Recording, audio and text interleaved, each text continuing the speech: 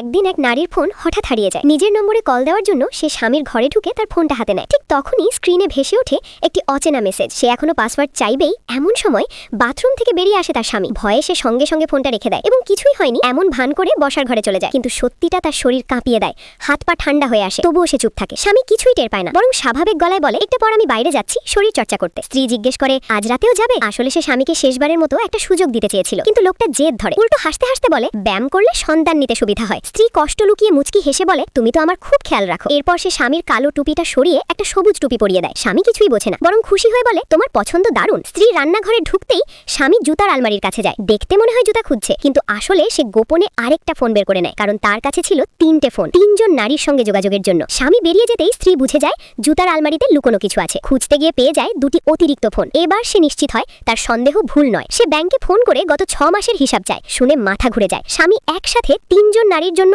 একই ব্যাগ, একই গয়না কিনেছে। আরো ভয়ঙ্কর সত্য সামনে আসে, যৌথ অ্যাকাউন্টে আছে মাত্র 6.8 টাকা। তার বাবার দুর্ঘটনার ক্ষতিপূরণ, উত্তরাধিকার সবকিছু আবেই স্বামী নিজের নামে, এমনকি বিদেশি অ্যাকাউন্টে সরিয়ে নিয়েছে। সেই মুহূর্তে সে কাঁদে না, ভেঙে পড়ে না, শুধু একটাই সিদ্ধান্ত নেয়, এই প্রতারণার শেষ আজই হবে। একজন রহস্যময় মানুষের ছদ্মবেশে সে একটি ছোট পার্টির আয়োজন করে। চুপি চুপি স্বামীর 2 প্রেমিকাকে সেখানে ডাকে। তারা কেউ জানে না তারা একই পুরুষের প্রেমিকা, আর কেউই জানে না এই পার্টির আয়োজকই সেই পুরুষের বৈধ স্ত্রী। শেষে 3জনই একই সময়ে একই লোককে মেসেজ পাঠায়। লোকটা 3জনকেই আলাদা অজুহাত দেয়, কিন্তু শেষ পর্যন্ত লোভের টানে পার্টিতেই হাজির হয়। আর ঠিক সেখানেই 3 নারীর সামনে এক মুহূর্তে খুলে যায় তার সব মুখোশ। আজ 3 নৌকায় পা দেওয়া সেই পুরুষের সব হিসাব একসাথে চুকে যায়।